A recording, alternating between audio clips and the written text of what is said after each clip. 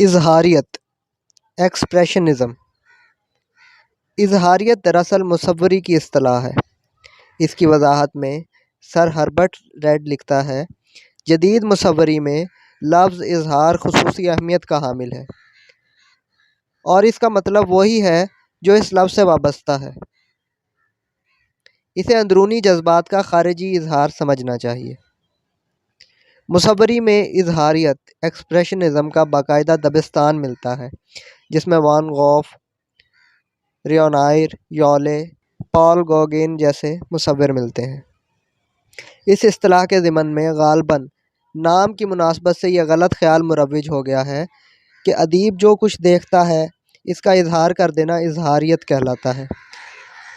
ایسا نہیں، کیونکہ ادیب تو اظہار کرتا ہی رہتا ہے۔ اظہار اس کی مجبوری ہے، اظہار نہ کرے تو وہ کچھ بھی نہیں۔ تنقیدی اصطلاح کے طور پر اظہاریت جداگانہ مفہوم کی حامل ہے، اور اسے جمالیاتی تنقید سے وابستہ سمجھنا چاہیے۔ کروچے نے اظہاریت کا تصور پیش کیا تھا، اس کے بموں ادیب کتنی ہی کوشش کیوں نہ کر لے، وہ تخلیق میں تمام جذبات و احساسات کا کلی اظہار نہیں کر پاتا۔ اس لیے کچھ باتیں اظہار سے رہ جاتی ہیں، لہٰذا قاری کو اپنی ذہانت سے اظہار کے خلا کو پر کرنا ہوتا ہے۔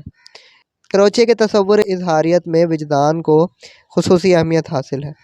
غالب کی مانند وہ بھی اس بات کا قائل ہے، آتے ہیں غیب سے یہ مضامیں خیال میں، آتے ہیں غیب سے یہ مضامیں خیال میں، غالب سریر خامہ نوائے سروش ہے۔